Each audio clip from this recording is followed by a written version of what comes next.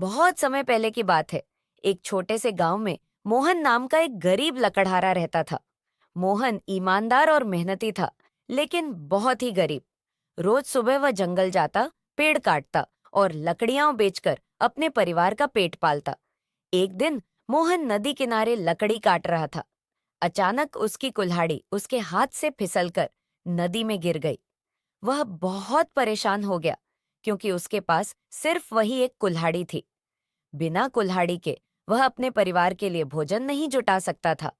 तभी नदी में से एक देवदूत प्रकट हुआ और उसने मोहन से पूछा, क्या हुआ मोहन, तुम इतने दुखी क्यों हो? मोहन ने दुखी मन से अपनी कहानी सुनाई। देवदूत ने उसकी ईमानदारी से प्रभावित होकर कहा, तुम चिंता मत करो, मैं तुम्हारी कुल्हाड़ी ढूंढ दूंगा। देवदूत ने नदी से एक सुनहरी कुल्हाड़ी निकाली और मोहन को दिखाई। क्या यह तुम्हारी कुल्हाड़ी है?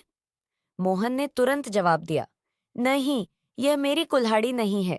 मेरी कुल्हाड़ी तो साधारण लोहे की है। फिर देवदूत ने नदी से एक चांदी की कुल्हाड़ी निकाली और कहा, क्या यह तुम्हारी कुल्हाड़ी है?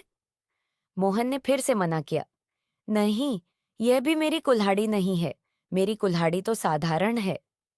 अंत में देवदूत ने मोहन की साधारण लोहे की कुल्हाड़ी निकाली और कहा, क्या यह तुम्हारी कुल्हाड़ी है? मोहन की आंखों में खुशी आ गई और उसने कहा, हाँ, यही मेरी कुल्हाड़ी है। मोहन की ईमानदारी से प्रभावित होकर देवदूत ने उसे तीनों कुल्हाड़ियां दे दी, सोने की, चांदी की और उसकी अपनी लोहे की कुल्हाड़ी। मोहन बहुत खुश हुआ और उसने देवदूत का धन्यवाद किया। अब मोहन के पास इतना धन था कि उसे फिर कभी गरीबी में नहीं जीना पड़ा। ईमानदारी का फल हमेशा मीठा होता है।